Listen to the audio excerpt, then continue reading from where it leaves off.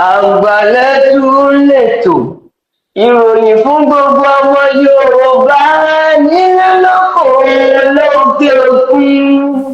Ẹ máa gbọ́ ẹ tẹ́tí lẹ́kọ̀ọ́. Àrà ìtàn nílé alára, ẹ káàsán ẹ̀yin mùtúmù wa, ẹ̀yin ìyá wa, ẹ̀yin bàbá wa pẹ̀lú, àtẹ̀yin ọ̀rẹ́ mi lógbó, ẹ̀yin ọ̀rẹ́ mi nílé lóko, mo kí yín o. Ìròyìn tẹ́ fẹ́ wò yìí, èyí tá a fẹ́ máa ṣe àwòrán rẹ̀, tá a fẹ́ fi ṣe àfihàn rẹ̀ fún yín. Ìròyìn yìí láti ìlú Ọ̀ṣun ni. Ọ̀ṣun, orísun Yorùbá, ǹjẹ́ ẹ kú mọ̀ àwọn èèyàn wa ní bẹ́ẹ̀ o. Àwọn tí ń gbàṣà lárugẹ ni, àwọn tó jẹ́ wípé tẹ́ ẹ bá wá ohun tó ń pè ní ohun ìṣẹ̀ǹbáyé, ohun ilẹ̀ Yorùbá, orírun àtorísun ìbẹ̀lẹ̀ tìrì. Gómìnà wa Sẹ́nẹ́tọ̀ Adélékè, mo kí yín o lórí ètò òṣèlú ìpínlẹ̀ Ọ̀ṣun. Báwo lẹ ṣe ń darí rẹ̀? Ìbéèrè yìí ó lọ bá gómìnà wa, ẹ kú pẹ́ fún wa. Gbogbo ohun rere tó wù yín kẹ́ ẹ ṣe fáwọn èèyàn wa lọ́ṣun, Ọlọ́run á jẹ́ kó ṣeé ṣe. Elédùà kò ní jẹ́ kó bu yín lọ́wọ́. Àwa lọ àwa dé, ẹni bá ní a má bọ̀ nìkan là ní dé bá. À ń tẹ̀síwájú nínú ìròyìn yìí. Gómìnà Ọ̀ṣun ó ń bu àwọn ẹnu àtẹ́ kan, ó ń bù lu ààrẹ Bọ́lá Tinubu. Gómìnà ń bu ẹnu àtẹ́ lù wọ́n.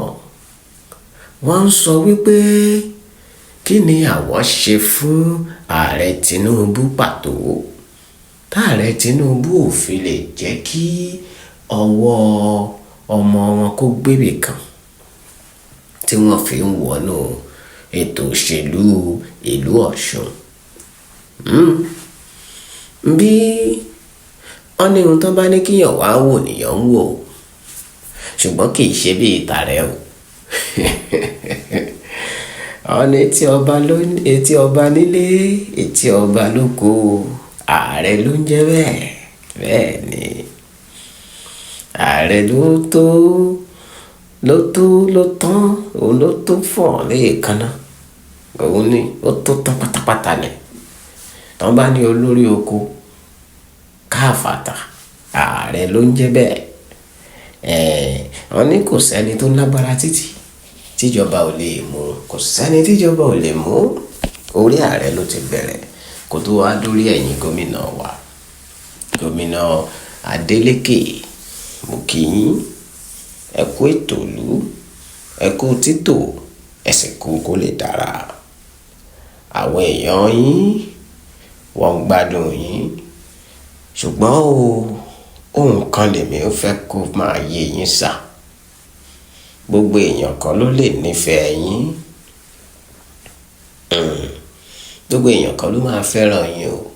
Pàápàá láàrin àwọn tó ń tẹ̀lé yín, tó ń tọ̀ yín lẹ́yìn, ọ̀pọ̀ wọn kò lè fẹ́ràn yín.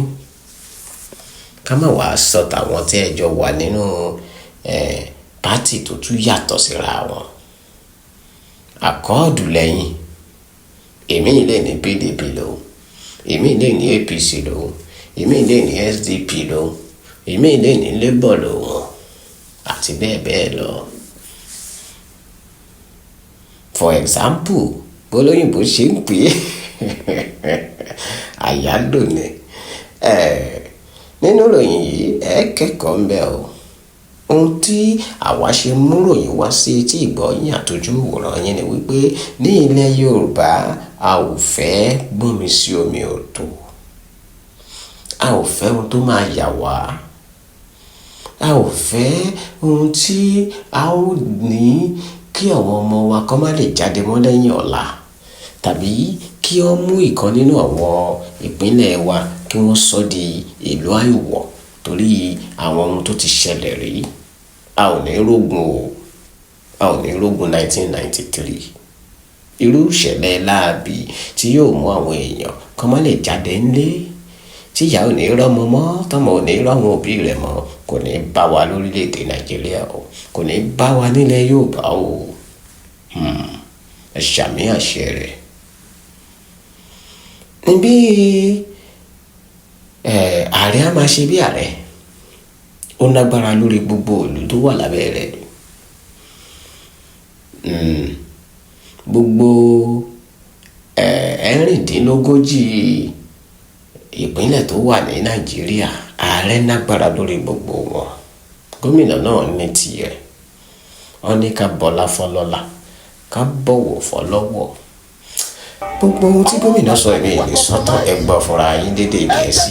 Ẹ ṣe é. kí wọ́n máa wá sí bọ́dà wa àwọn kidnappers wà bẹ́ẹ̀ lọ bá wọn àwọn tó ń jíyàn gbé President Tinubu mọ̀ ń fi àsìkò yìí sọ fún yín o kẹ́ má sọ pé mi ò pariwo I am the Chief Security Officer of Osun State. Hello, President Tinubu, I am passing this message to you. Osun will not accept any rigging.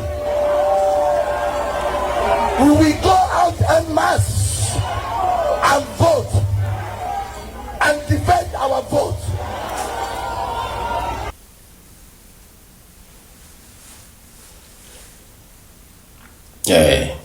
Bẹ́ẹ̀ gbọ́, wọ́n ti dá dúró níbẹ̀ yẹn, ẹ sì máa wo èyí tó kù sí. Àwọn ọ̀rọ̀ kan wà tó jẹ́ wípé ó yẹ ká máa fi sábẹ́ àwọn sọ ni tàbí ká máa fi pa òwe ni. Wọ́n ní òwe lẹ́ṣin ọ̀rọ̀, ọ̀rọ̀ sì ni ẹṣin òwe. Ohun tó parí rẹ̀ ni wípé tọ́rọ̀ bá ti sọnù, òwe là ń fi wá rí. Èyí já sí wípé àwọn ọ̀rọ̀ kan wà tá a wò pé tá a bá fi òwe ṣàlàyé rẹ̀, àwọn olóye ló lè yé, àwọn onímọ̀ ló lè mọ̀. Ṣùgbọ́n àwọn ọ̀rọ̀ kan wà tá a sọ nílé àná. Àwọn ọ̀rọ̀ kan wà tá a sọ létí ọmọdé, bẹ́ẹ̀ ni àìsàn àwọn ọ̀rọ̀ kan létí àlejò, bó ṣe ń lọ bó ṣe rí nìyẹn àti bẹ́ẹ̀ bẹ́ẹ̀ lọ. Gómìnà faraya o, gómìnà bínú o, gómìnà sọ̀rọ̀ o, gómìnà gbéná wojú ààrẹ o. Ṣùgbọ́n ohun táwa máa sọ ń bí tèmi ò sọ fún yín òun ni wípé ẹ jẹ́ ká máa fi sùúrù ṣe ètò ìdìbò tó ń bọ̀ nípínlẹ̀ Ọ̀ṣun. Ọlọ́run á bá wa yanjú rẹ̀. Ẹ tún gbọ́ ètò tó kù nínú ìròyìn náà. Osun people, I come party have endorsed you as our presidential candidate. Why are we suffering? Why is our body being kept? Oyetola need to be called to order. Gbogbo wa la bímọ o, gbogbo wa la bímọ o. Ẹ ń pa àwọn èèyàn. Ǹjẹ́ mi wá ń sọ ni pé ẹ̀jẹ̀ àwọn ọmọlọmọ tí àwọn tó bá lọ́wọ́ ń bẹ̀ tó ń pa Ọlọ́run á dá sẹ̀ríà fún wọn. Mo lọ lọ́wọ́ á dá sẹ̀ríà fún wọn. Kí ló dé gan? President Tinubu kò sẹ́ni tí ò bá jà. Òun ló ń jẹ́ kí ẹ máa bá àwọn èèyàn jà o. Oyetola need to be called to order. Kí ló dé tí wọ́n fi ń pa wá? Kí ló dé? A tún pàdé láṣálẹ́, ó dìgbà.